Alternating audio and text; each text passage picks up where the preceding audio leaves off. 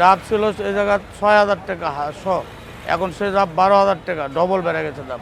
এখনো চাহিদা অনেক আছে, গরম তো। ডাব আছে বরিশাল, ভোলা, নোয়াখালী, এগুলোর থেকে ডাব আছে। তেল একটু দাম বাড়াইছে, কিন্তু ওতে কিছু যায় আসে না, পাবলিকের জন্য অল্প, হয়তো ৫০০-১,০০০ টাকা ভাড়া বাড়ছে আর কি। না না না না, ওটা ডাবের দাম বাড়ে নাই, ডাবের উপর প্রভাব পড়ে নাই ওটা। ৭০০ ডাব হলো ১০০ টাকা, ১২০ টাকা, আর কচিটাও ১০০ টাকা, ১২০ টাকা, আবার ৮০ টাকা, মানে মাল বুঝো, মালের কোয়ালিটির উপর দাম হয়। যেগুলো ছাঁচ থাকে না ওগুলোর দাম হলো, ভালোটা ম্যাথিরটা হলো ১২০ টাকা পিস, ছোটোটা মাঝারিটা ওটা ১০০ টাকা, তার মাঝারিটা হলো ৮০ টাকা।